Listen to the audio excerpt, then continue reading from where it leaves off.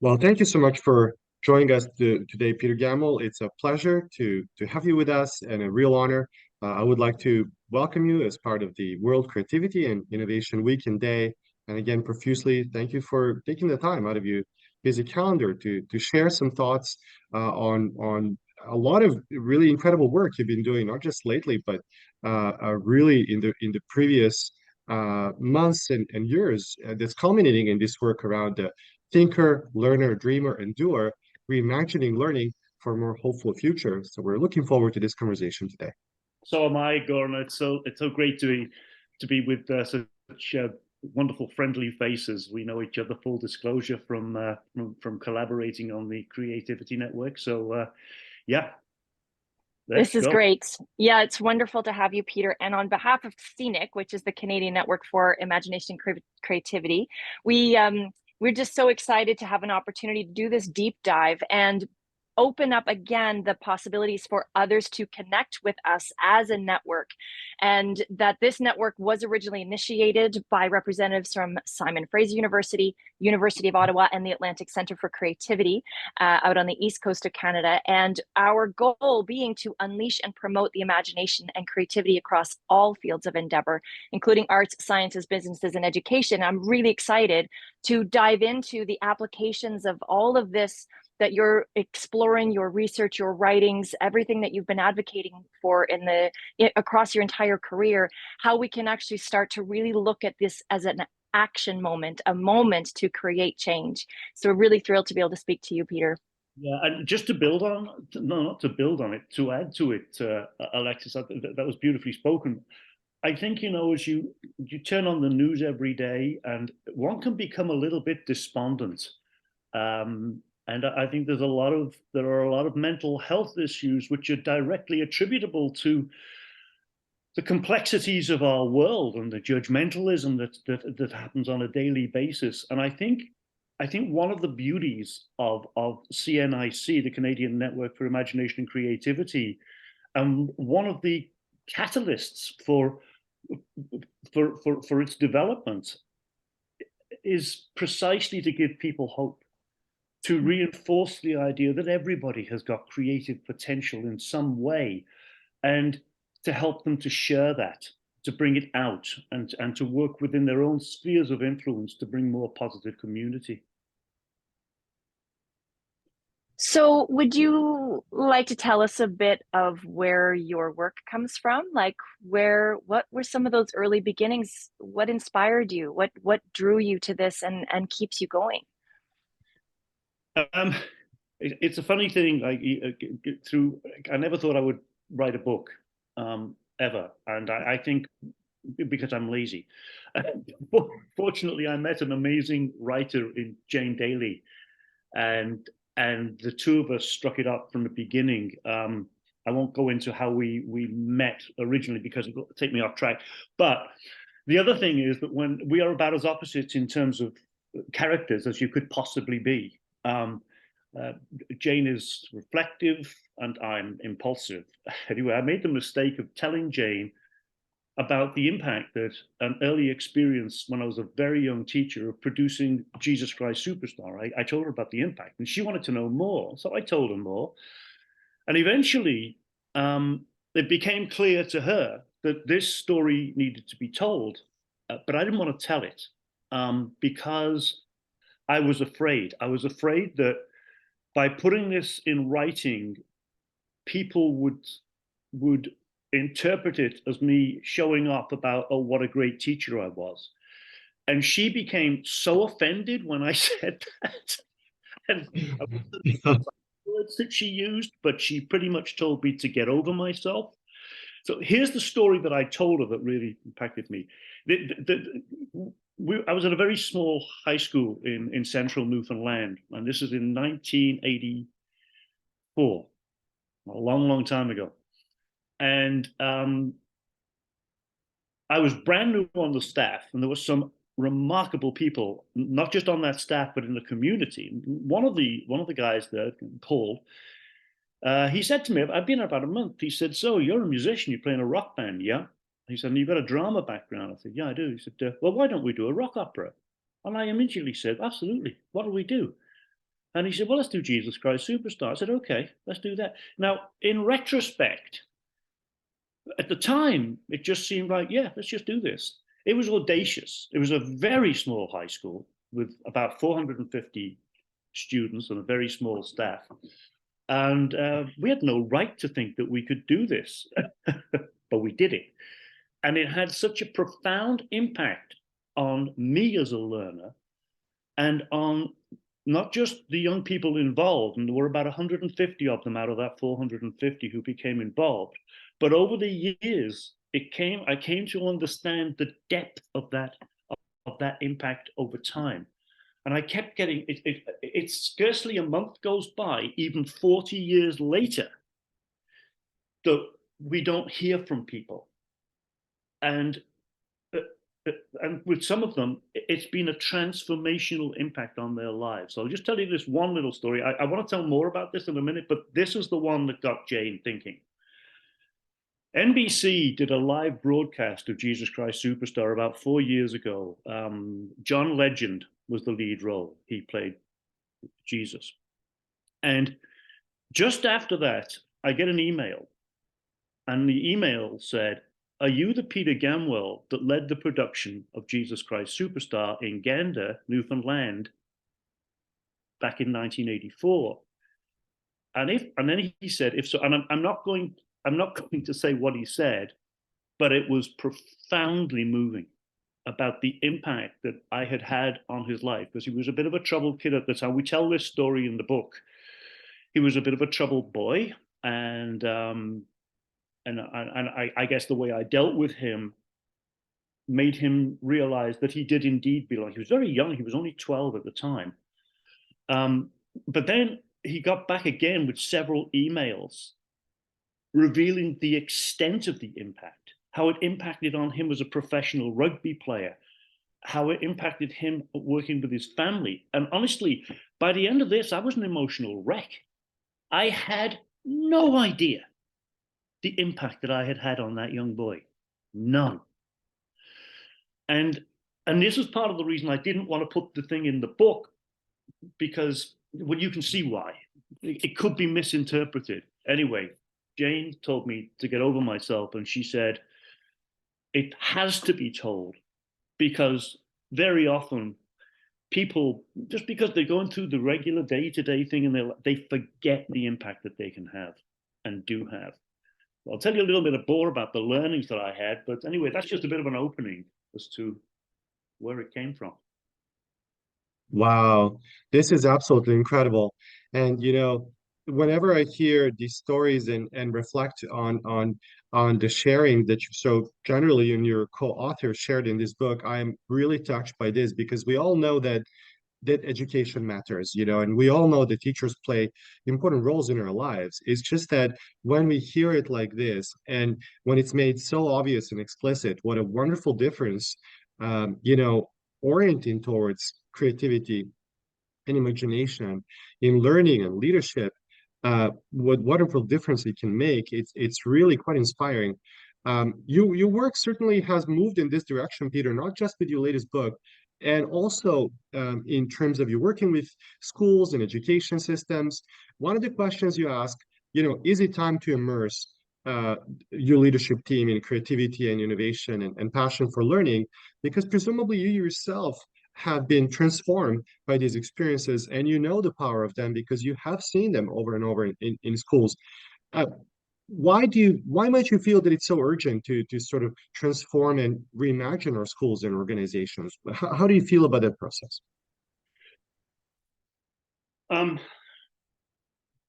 Because under the current system, far too many young people are damaged. And it's because of what I see as three pathological hierarchies which form the foundation of how our learning organizations operate, not just schools, unfortunately, but many different organizations and businesses. And the pathologies of these, the one, or in my opinion, it's how we define what intelligence is. Just right now in Ontario, there's going to be a refocus on literacy and numeracy and bringing up the test scores. In my career, I've seen this happen about 50 times between Newfoundland and here. It's cyclical. And at the end of it, and I can guarantee you at the end of this, there'll be no improvement in test scores. It just doesn't work like that. There'll certainly be no improvement in well-being of children, and there'll be certainly no improvement in bringing what should matter, is bringing the or shedding light on the brilliance that lies within every child, because it leads us into a deficit form of thinking. Because as soon as you start to make testing the focus, then people start to panic because they look at their classroom and think, well, why can't this little one do this? What's the problem with this little one? When all too often there's nothing wrong with that little one. We're focusing them in on areas for whatever reason they're having difficulty with that time. And it's not that mathematics and language aren't important. Of course they're important. But the means of revealing the brilliance in kids is sometimes to ask a different question. And the question is this: what is the brilliance? What's the magic that lies in that child? And how can we set in play the conditions to reveal that magic? That starts you on a much better path. So you use a strength-based approach rather than a deficit-based approach. So then there is this connection, because we're talking about the incredible rates of increase of anxiety, of depression, of this fixation. I mean, even with my own son who's going through IB right now, the fixation on checking Power School, checking my marks. I mean, it's almost obsessive. And that is a measure of success in his mind. That is the only thing that's determining what he thinks of himself, as opposed to all these other accomplishments that he's doing in creative writing and in artwork and in his soccer and, you know, all those other things. So how do you think about those connections, and how might the hierarchies relate to that real lack of well-being, and what are we going to be able to do to address it? We work within our own spheres of influence, because I'm going to be very blunt here. When I go out with my own message, and don't forget, I've done this from within systems as well, okay? And sometimes it doesn't go over that well. When you talk about flattening hierarchies, which for me, if there's one message I give, it's that. If you flatten the hierarchy of an understanding of intelligence, redefine brilliance, and Jane and I do this in this book, rather than thinking of intelligence as a league table of priority, with math and language at the top, the arts at the bottom, and the others sprinkled around, and then cementing that in place by just testing the top two. If you flatten that hierarchy, grasp the understanding that within absolutely everybody lies creative potential and brilliance, and then your organization is focused on, now, how do we create the conditions to bring that? It shifts the whole, but that message is accepted in, how can I put this? The higher up the chain you go, the less it's accepted. I led from 2004 to 2016, when I retired, a movement to affect that change, to reinforce the message that within absolutely everybody lies the potential for leadership. So when you talk about leadership, don't just think automatically of formal leadership. Think about the amazing things that people do in their everyday lives. Because when you can really promote that, that's the magic of an organization. The custodian who goes up for the 5th time to get the same sneaker that a little boy has thrown up on the roof, right?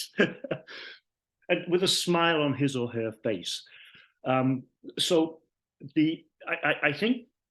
I think what we do, the places that I see this really working are when people do whatever they can within their own sphere of influence to flatten those hierarchies, to look for the brilliance that lies within everybody, to to want to make flourish the leadership potential in everybody, and also who accept that creativity lies in everybody. Again, it's not just the people who are good at arts or very clever scientists, it's within everybody.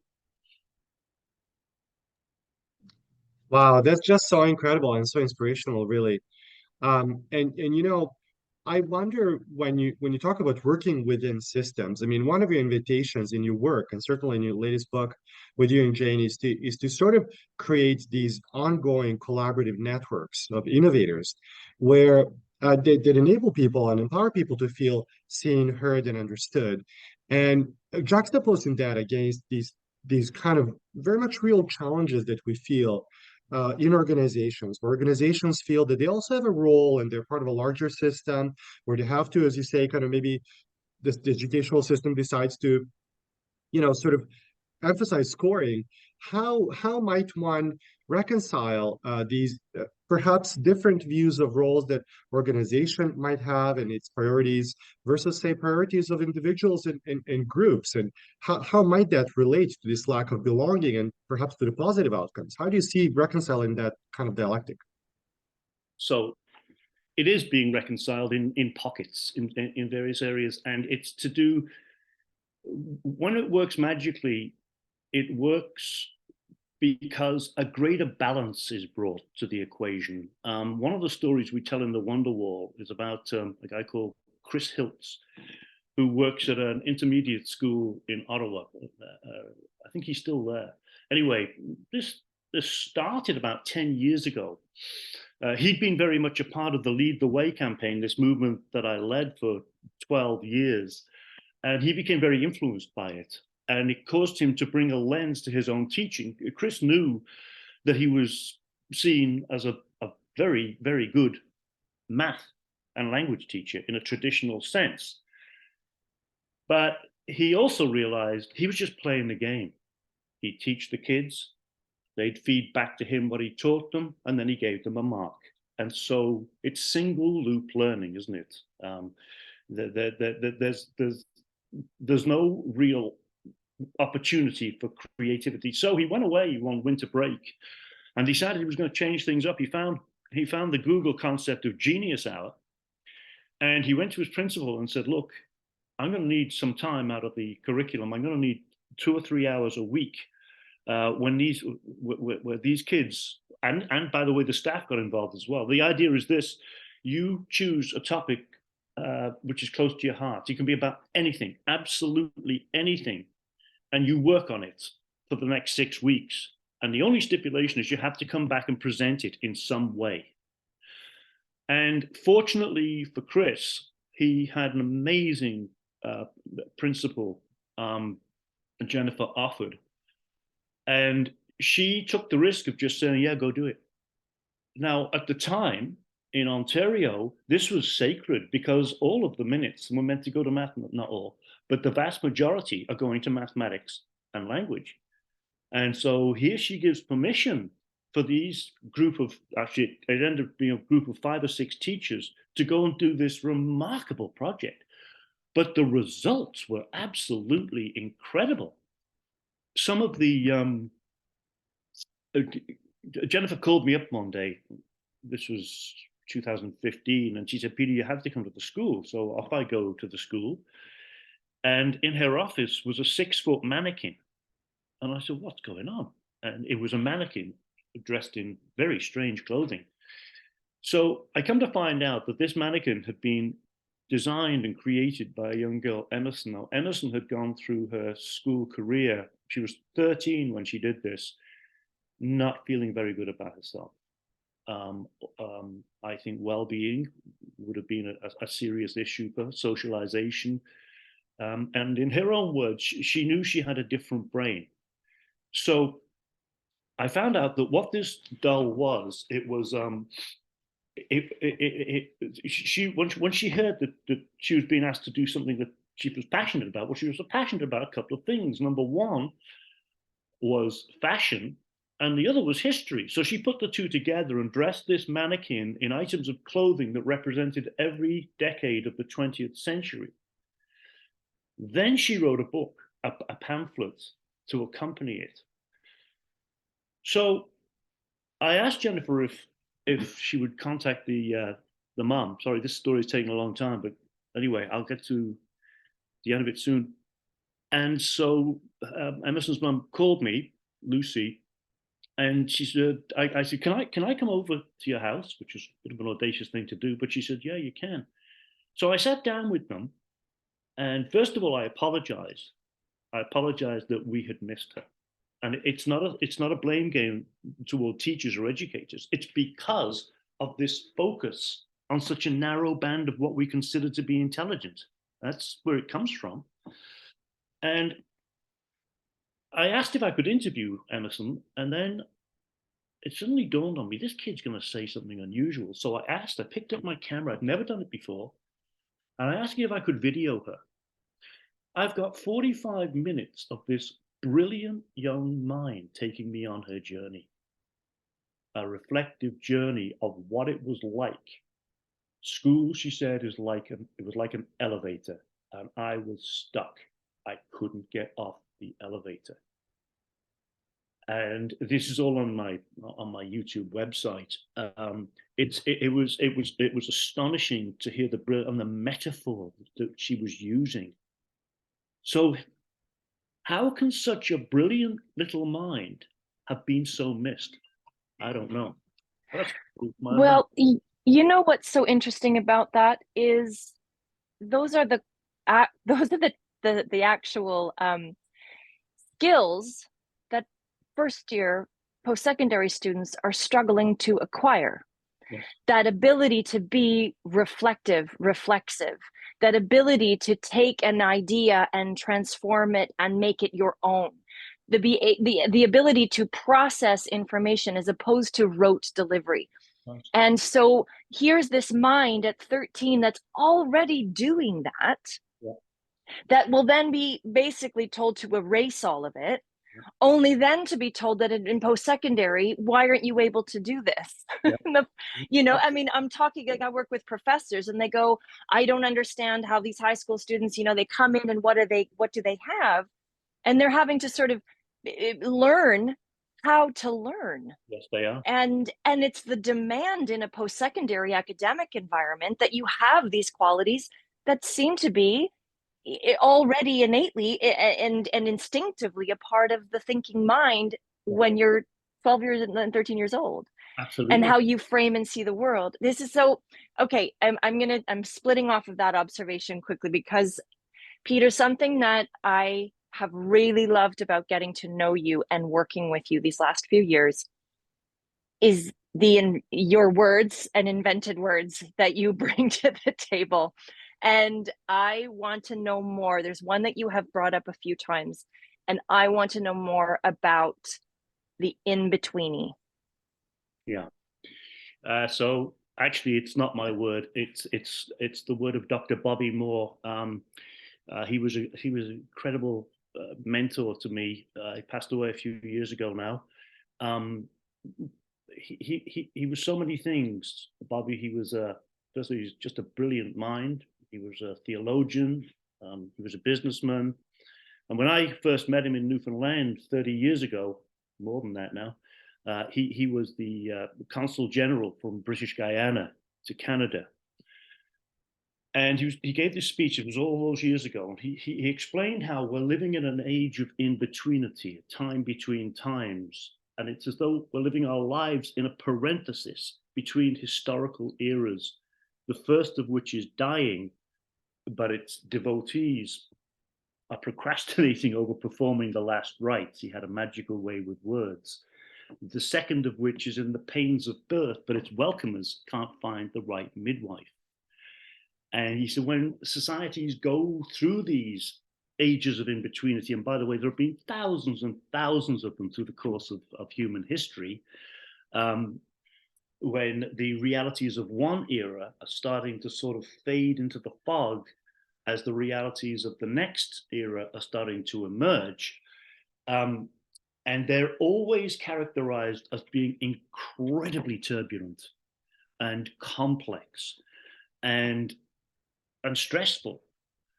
But there are also times which provide opportunity for incredible creativity. We've just seen it during the pandemic, how in spite of the complexities and turbulence and difficulties, some really creative things happened.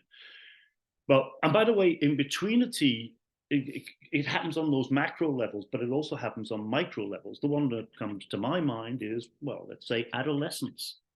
You combine an adolescent mind with an Emerson who has a very different brain, right? That exacerbates the complexity and the turbulence and the impact on well-being.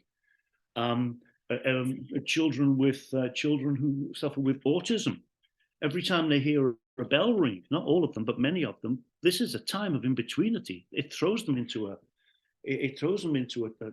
lot of turbulence and a lot of difficulty. But what Bobby says is this: there are generally speaking, very generally speaking, three forms of response to in-betweenity, the way people respond. The first one, people want to sort of, what's the word? Rearrange, yeah, that's right. The first group of people want to rearrange the furniture of the status quo, somehow believing that by shifting the weight of the individual pieces, you'll quell the turbulence and everything is going to return as normal, as it should be. The second group are similar, but they pretend to be futuristic. So they project current trends into the future. But if you look closely, it's only trends that they believe in. So again, they're trying to hold on tight to the status quo so that nothing changes. Then there are those who embrace the enveloping uncertainties with their imagination and their will and proceed to use both to bring desirable shape to the surging raw energies of the future. And that's what we need to be educating our kids to be: practical visionaries who can not only imagine a new future, but with the ability to make the extraordinary happen.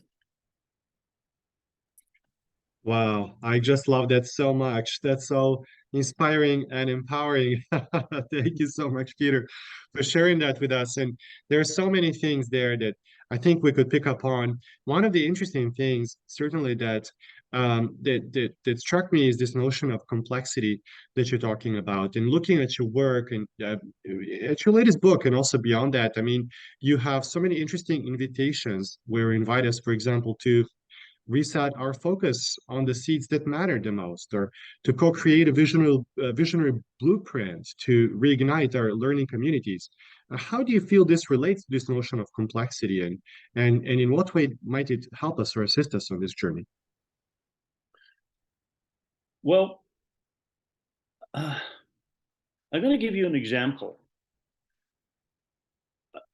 I'm going to go back to one of the things that I learned through my experiences in Jesus Christ Superstar, and I hope this will result in an adequate answer to your question.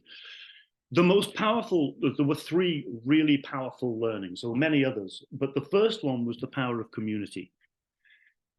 We didn't have anywhere near the resources within that school. I'll give you one example. We had loads of really talented young dancers, male and female, but we didn't have a choreographer. And that was very quickly taken care of, because the group of us who started this off, we had one thing in common. We had many things in common, but one of them was we saw the walls of the school as just a suggestion. We saw the school as community. And once the word got out into the community of what we were doing, oh my goodness, did it create excitement and noise. And so within 2 days, this lady presents herself in the school. She was a choreographer, lived 50 miles away, had her own dance studio. And yes, she would work with us for the next 12 months, free of charge, to teach the kids. I get a phone call from the commander of the base, Lieutenant Jerry Johnsrud, I will never forget. He said, Peter, I heard you doing this Jesus Christ Superstar. He said, this is massive. I said, yeah, it is. He said, listen, in the movie, they use some military scenes. Are you thinking of doing that? I said, we are considering it. He said, why don't I send some of my soldiers down and train the kids in proper movement, and we'll give you the battle dress. I said, wow. Yeah, and by the way, just in case you don't believe this, I'm going to show you photographs of this. I found them in a box 2 months ago after 40 years. And then I get another phone call. This lady, Jane, she said, Peter, you're doing Jesus Christ Superstar. I said, yeah, thank you for reminding me. We are. She said, you're going to need costumes. I said, yeah. She said, well, it's all going to be taken care of. Don't you worry. I said, what, all of them? Yeah. I said, who are you? She said, I'm the president of the Gander Stitch and Bitch Society. That's in the book. That's a true story. You should, well, you're about to see the costumes. The power of community. It's baffled me. There were many other examples, by the way. I could go on and on and on. And this is what made this production so rich. It's because the community came together, and we did this thought experiment at the beginning. There were 6 of us, I think. We gave ourselves 18 months to put this up because we wanted to make it very special. So 6 of us went to the Arts and Culture Center right at the very beginning, and we went on a sort of an Einstein thought experiment, and we projected ourselves forward to after the first production, and we were imagining the people coming out, and we came to a couple of conclusions. We wanted to see people who were moved by the experience, profoundly moved, and secondly, we wanted to hear them say, oh, that was amazing. Not that was amazing for a high school. That wouldn't have been good enough for us. That was amazing. And so that's what we set off with. But it was because of the power of community that happened.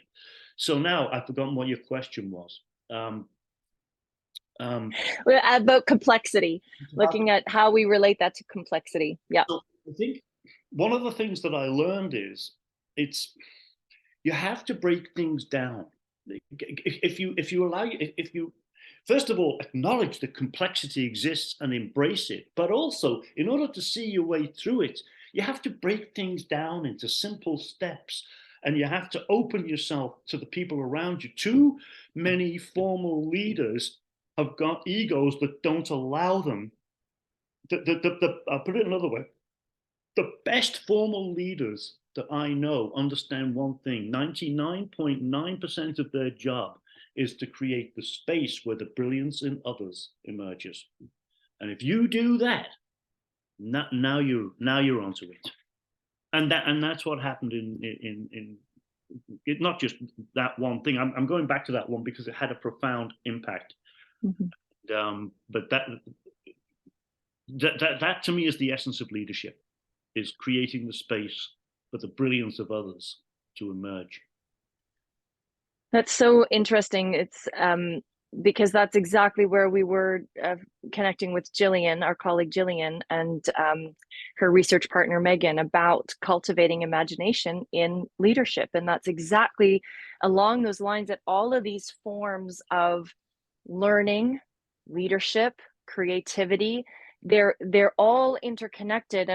And I really appreciate, because I feel when you're sharing these stories, and again, especially this one impactful moment, but knowing that, of course, you've encountered many, many more since, is you yourself are still the learner. You don't shut off the valve and say, sort of, I've accomplished what I've written this book, and now, I'm done. It's that thing that in the act of leadership is the vulnerability to be a learner, to continue to learn, to be influenced by the creativity and imagination of others as you work to lead these ideas into the future. So I'm wondering where, again, you find that crossover between the learner, the leader, creativity.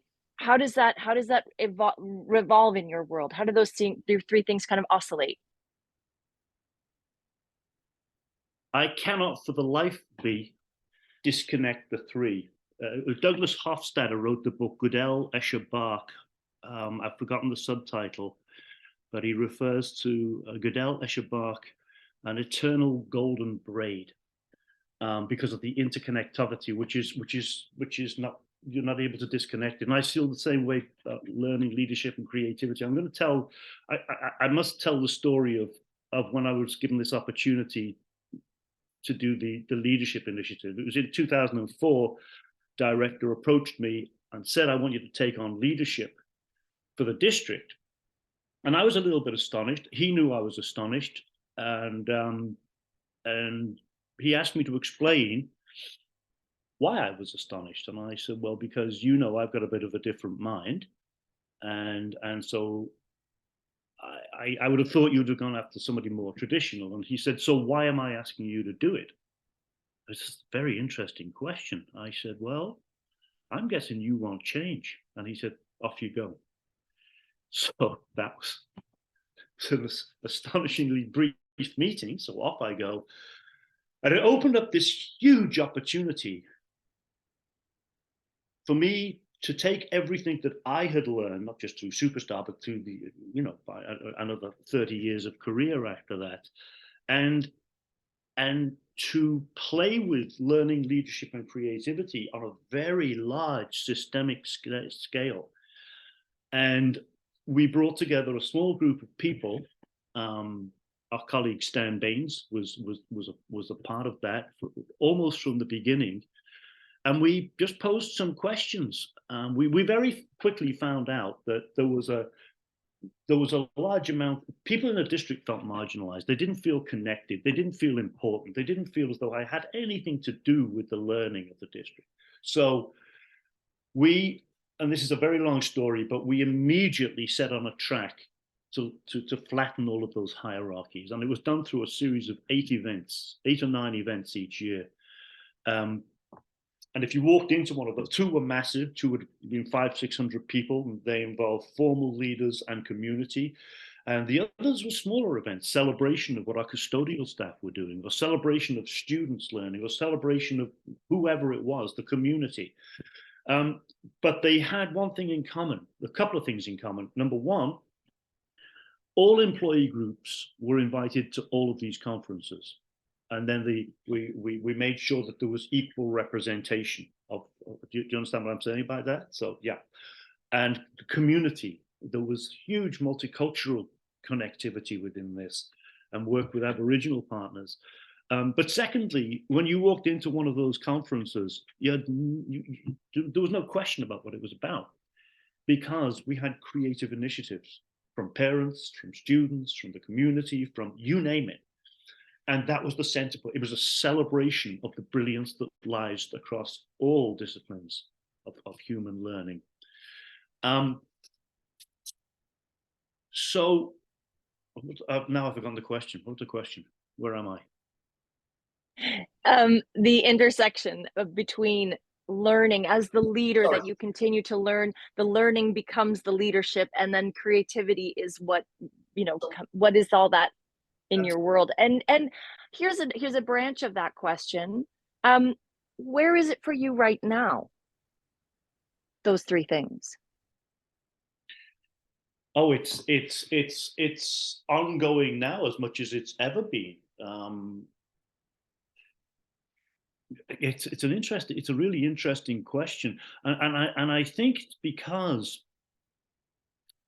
I really enjoy people challenging me and my thinking, and that just pushes you forward and forward, and also things keep on happening. He's a friend of mine, full disclosure, his name is Richard King, and he is the principal of a school in Osgood, a rural community. And he told me that we play in a band together, and we play golf together, but we're very different characters. He told me last August he bought several copies of the book, and he'd given them out to staff members, and they did a book club on it. And so I said to him last August, well, Rich, if you want me to come to one of the meetings, let me know. Anyway, I forgot all about it. And then 2 months ago, he said, Pete, we've finished the book club, but we'd like you to come and spend 3 hours with us. So I did. To my astonishment, at the end of that 3 hours, which is a very interesting 3 hours, and because when you try to translate these ideas into practicality, people have all sorts of questions. So this is where I'm getting back to what you're talking about, right? And it's usually the yes, but questions. In fact, the final chapter of our book is called the yes, but questions, right? People making excuses as to why it can't happen, rather than thinking, how can we make the extraordinary happen? But Rich is bound and determined. So his next step was to put out a community newsletter, and the front page was a description of the dreamers and what they are going to do to make the extraordinary happen. I've never seen it. I have never seen this in my career. And I've actually done a 10-minute interview with Rich, which I'm gonna put up on my YouTube channel. But he followed up with the next newsletter. He is bound and determined to create space for fundamental change so that more kids can be successful. And he is very adamant in putting forth his profound understanding that far too many kids are damaged and that schooling is irrelevant to them. It's a bold move. That's what keeps me going. That's what I feed on. It's like chaos theory. I have to believe in chaos theory, because otherwise, well, no, never mind otherwise, because it works. Once the butterfly flaps its wings, you never know what's going to happen through that turbulence. I would never have seen this coming with Rich. Yeah. Wow, it's just amazing. It's so empowering. And we so appreciate your invitations, to rethink our definitions and our experience of brilliance and intelligence, of what leadership could mean, of what creativity could mean, and how we might be able to engage it. I think we all feel that, your invitations come truly at a critical time when our world is facing, no doubt, very urgent challenges, whether it's the climate, crisis, or whether it's the change of work, whether it's the migrations we're experiencing, and everything in between, that's requiring the participation of, most importantly, young people and everyone else. Alexis. Goran, you actually just cut off Goran mid sentence. So I just we're trying to catch up with you. Can you just repeat the last phrase of your question? Oh, sorry about that. Thank you. It looks like my internet connection was a bit unstable. Yeah, I was just saying that, in the midst of these global crises, it's quite clear that the participation of young people is essential, and not just of young people, and also of our organizations and leadership teams. In some sense, everyone seems to be calling for this, and it is outlining the necessity of this. And on the other hand, we aren't necessarily globally certain of the models to go forward. And it feels as if what you're offering and what your co-author is offering in this book, and your work more broadly, are really some elegant ways to enable us and to empower us, both as educators and as learner communities, to be what Alexis talked about, the thinkers and the learners and the dreamers. How do you see this path to transformation? How do you see this, the possibilities and the opportunities for us as both individuals, learning communities, and as a global community? What do you think is most essential for us to sort of take away and to work with? I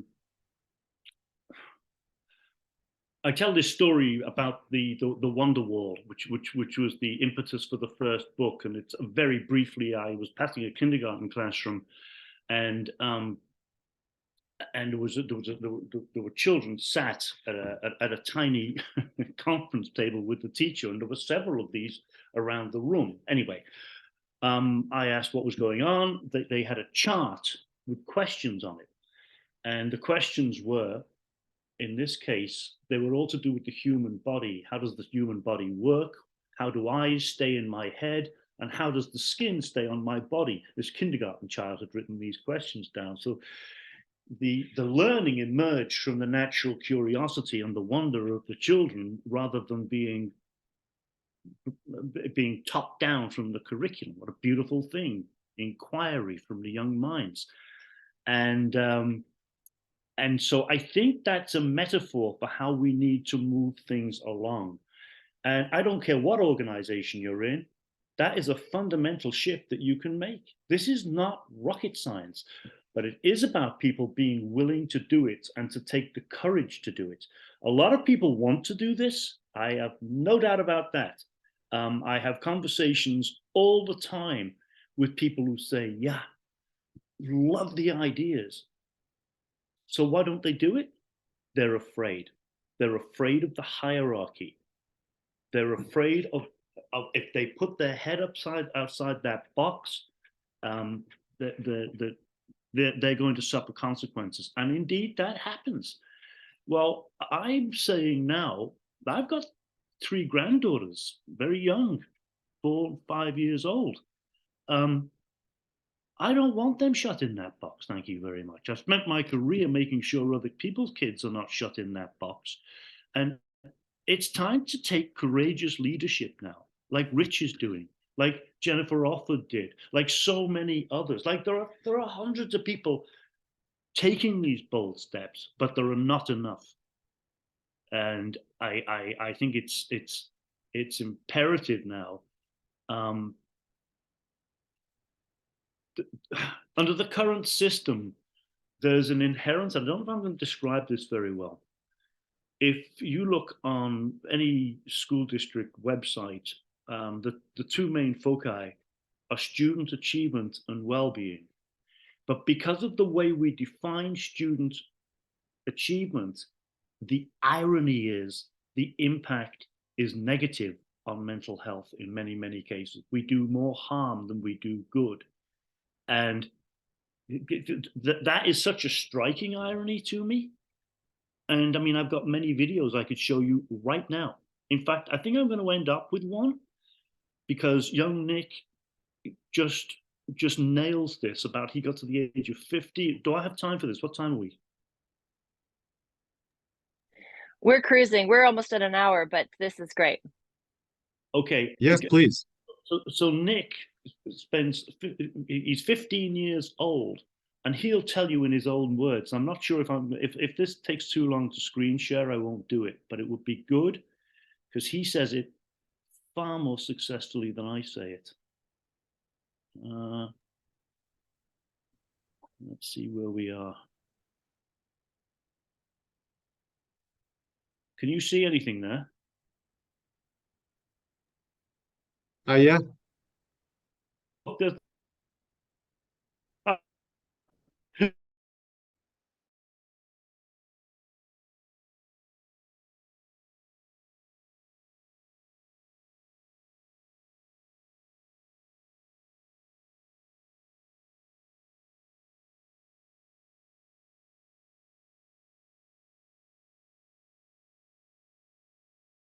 Crystallized understanding of what they're no good at and not a clue as to the brilliance that lies within them. This young boy was almost one of them, but he was saved at the age of 15. I was doing work and still continue to do work with the Renfrew County District School Board, and I was on a tour of this particular school, saw this young boy and thought to myself, I wonder if he's got a story to tell me. So here he is. Play. Here at Fellows High School in can you hear that? Oh, sorry. Here at Fellows High School in Renfrew, and I'm talking with Nick Colbert. Nick, and you're involved with the Specialist High School Majors Program. What's the name of that program?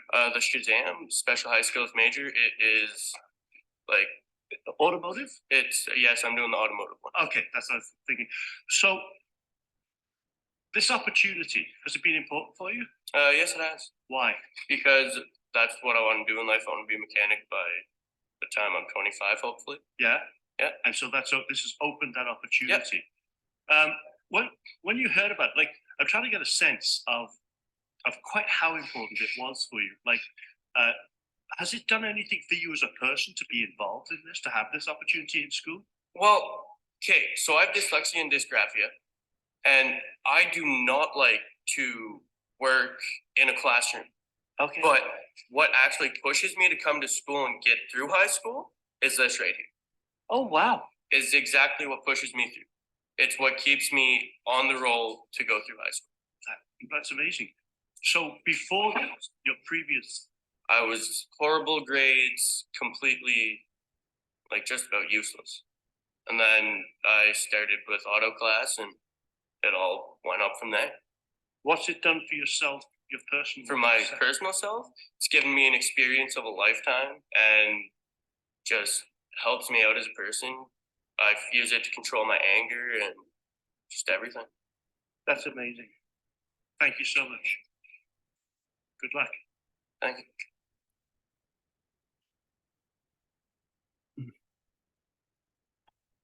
Oh, hello. Wow, Hang on. that's just so incredible. That's just so incredible and empowering. Thank you, Peter Gamwell, for sharing these wonderful insights and invitations to rethink our access to and our relationship to education and to interaction with others, and to really expand it in a really wonderful way. On behalf of the World Creativity and Innovation Week and Day, I really want to thank you profusely for sharing this with us. You're very welcome.